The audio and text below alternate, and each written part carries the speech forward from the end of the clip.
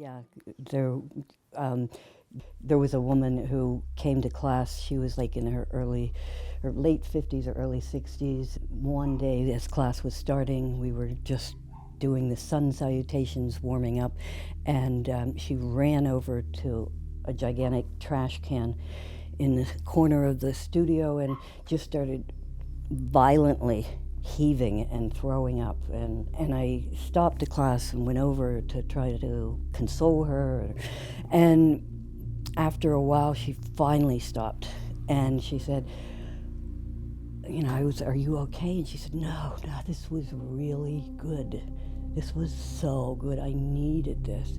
And it turns out that her husband had been violently killed and it had been 5 years. She said, I never grieved, I never shed a tear, I never could even get in touch with those feelings.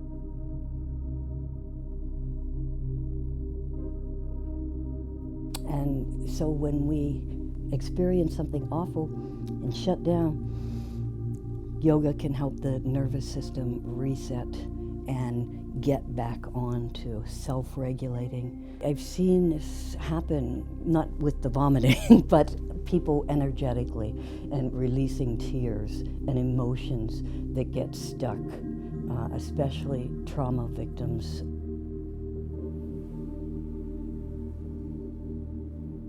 In my 20s, I was seeing a counselor because I was making some really bad choices on a regular basis.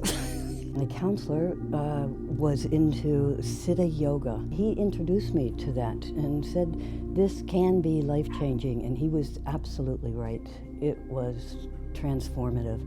How I saw the world, how I saw myself. Yoga has helped me just become incredibly aware of what my body needs, what it wants, emotionally, what I need, what I want, what I am able to give to others.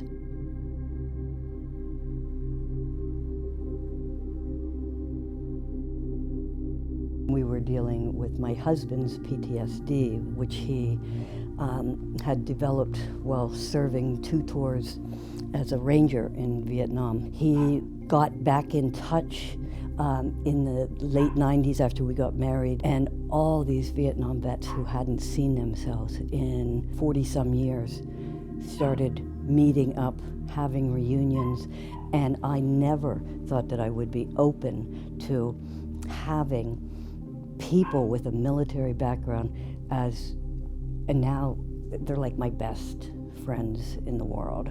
And I've shared yoga with them, and they just think it's the best thing since sliced bread, because they are able to sleep through the whole night instead of waking up with nightmares. Yoga is a gift. It's like passing on a light from one person to the other. And I've experienced this a whole lot with Vietnam vets, friends of ours, that some of their war stories are the most horrific, heart-wrenching stories. But I have never laughed so freaking hard in my life as when they can turn something into a joke, and it is one of my favorite sensations in the world. Crying and laughing. It's yin and yang right there. Unity consciousness. Right now, here we are in April. SAP's rising. And notice how people's moods rise when there's a sunny, warm day. It's like we're connected to this. That same sun is in my solar plexus, and it connects us all. I really firmly believe that. Yeah.